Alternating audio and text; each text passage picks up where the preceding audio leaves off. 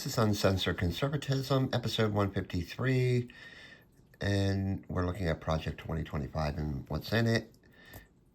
And today we continue and finish up with Chapter 14 involving the Department of Health and Human Services, starting with TAMF, or Temporary Assistance for Needy Families, with the key word being temporary, which it never is.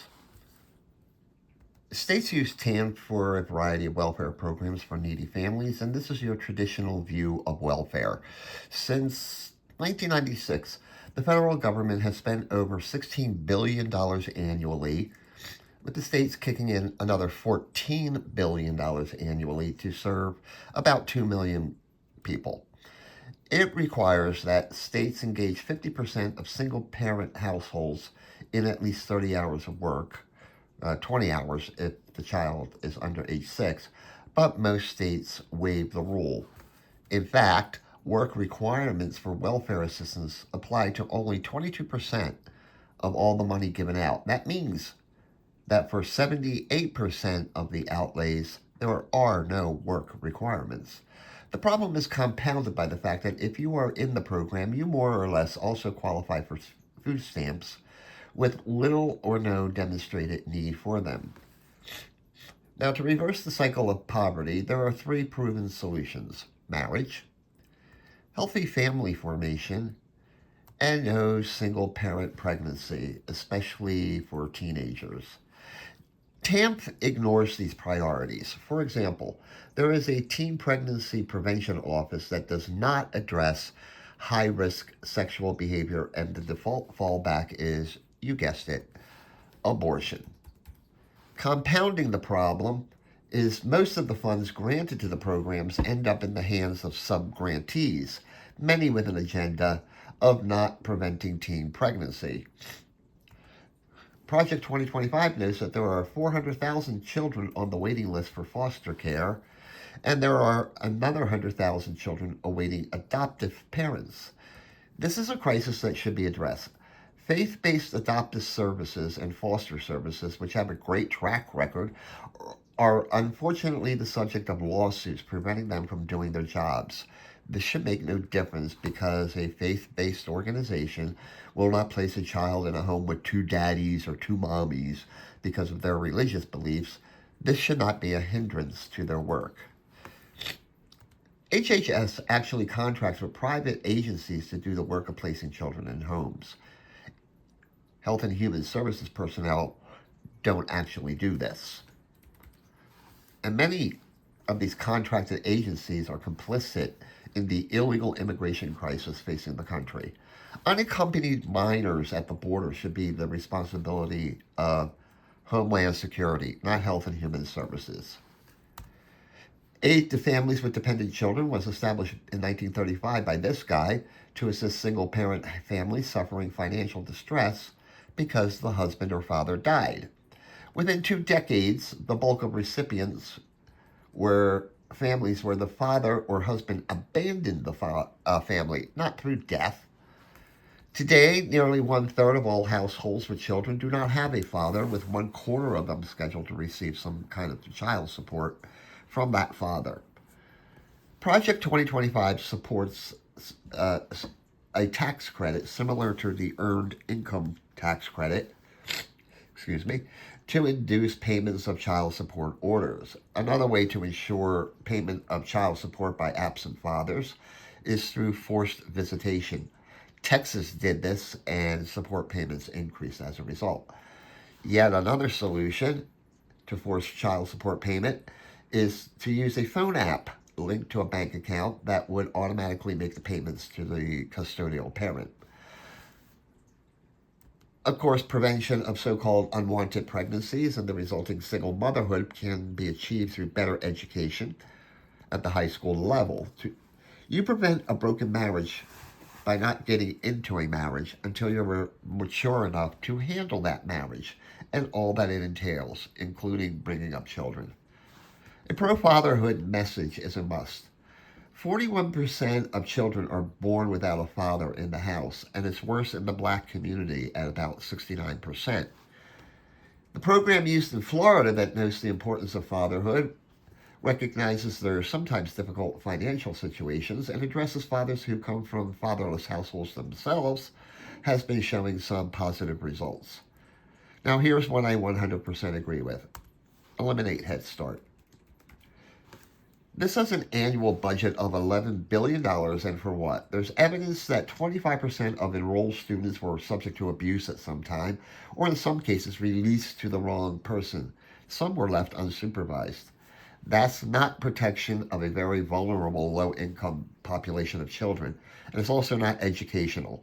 Practically every study shows that Head Start gives no child an academic advantage past the second grade. Just end it. Project 2025 does address physician-assisted suicide and falls on the side against it. I'm not going to go into much detail here because I just think that's kind of weird. When it comes to telehealth options, the locus of service should be where the provider is located rather than the patient. This provides for continuity and coverage. Now, as for the so-called contraceptive mandate that people like this made it seem as if conservatives and Republicans were coming for your birth control pills, we need a little bit of clarification. And first, the rulemaking under the Women's Preventive Care provisions in Obamacare was done in back rooms and not an open process. They specifically ignored fertility awareness-based methods. Second, the government contracted with the American College of Obstetricians and Gynecologists as an exclusive advisor on the mandate. They ignored public comments and religious objections. Third, male preventive services like condoms were placed within the mandate after years arguing they had no authority to do so, so they can't even enforce their own rules. Project 2025 does not say anything about contraceptives other than a preference for fertility awareness-based methods, how they are used under Obamacare or defined, and the mandate having the effect of negating religious rights. But there is potentially another thing here. Whether the method is a contraceptive or an abortifacient. Ella, or the week after pill, was certainly classify as such and be covered under this mandate, but it is actually an abortifacient. So anyway, there was this kid named Ryan White who died of AIDS, and Congress established a program to help eradicate AIDS in his name. But now those funds are used to transition transgender freaks. Why? What does transgenderism have to do with AIDS? Let's talk about a misappropriation of funds. So the Democrats are big on universal daycare, but what is Head Start but daycare for the poor at the government's expense, and it's a failure. Instead, Project 2025 notes better use of funds would be to provide parents with financial assistance for in-home daycare, preferably by a family member. Public health emergencies are also a concern. Currently, Health and Human Services has to give Congress 48 hours of advance notice with no burden of proof, and this needs to change. Instead, there should be transparent rules to sunset the emergencies, and it would be great if there were quantifiable metrics for declaring an emergency in the first place. To summarize, Health and Human Services should be transformed into a department that promotes life at all stages. The Reproductive Health Access Task Force should be eliminated by noting that abortion is not health care, especially reproductive health. All references to gender identity and sexual orientation also are not under the general guise of sex discrimination. Instead of terminating pregnancies, preventing unwanted pregnancies should be stressed. Again, the Heritage Foundation is a conservative outfit, but it does not, in any mention, make any method of birth control illegal. Of course, it stresses abstinence and fertility-based, awareness-based methods. It's no secret that the left has an animus against faith-based services, which actually do a better job than government programs in many areas. If anyone thought that Project 2025 would in any way support abortion, they're seriously mistaken. Instead, is now in the hands of the states. But as far as the federal government goes, there should be restrictions through funding and the promotion of a pro-life abortion agenda. It does not ban abortion at the national level, okay? There's nothing in there about that. It doesn't agree with it, but it doesn't ban it. So there's not going to be a national law. Nor does the chapter purport to end Medicaid or Medicare, but to reform them so they reach their intended populations without fraud and abuse. So the fear-mongering on the left about these issues is just a smokescreen to protect the unsustainable status quo.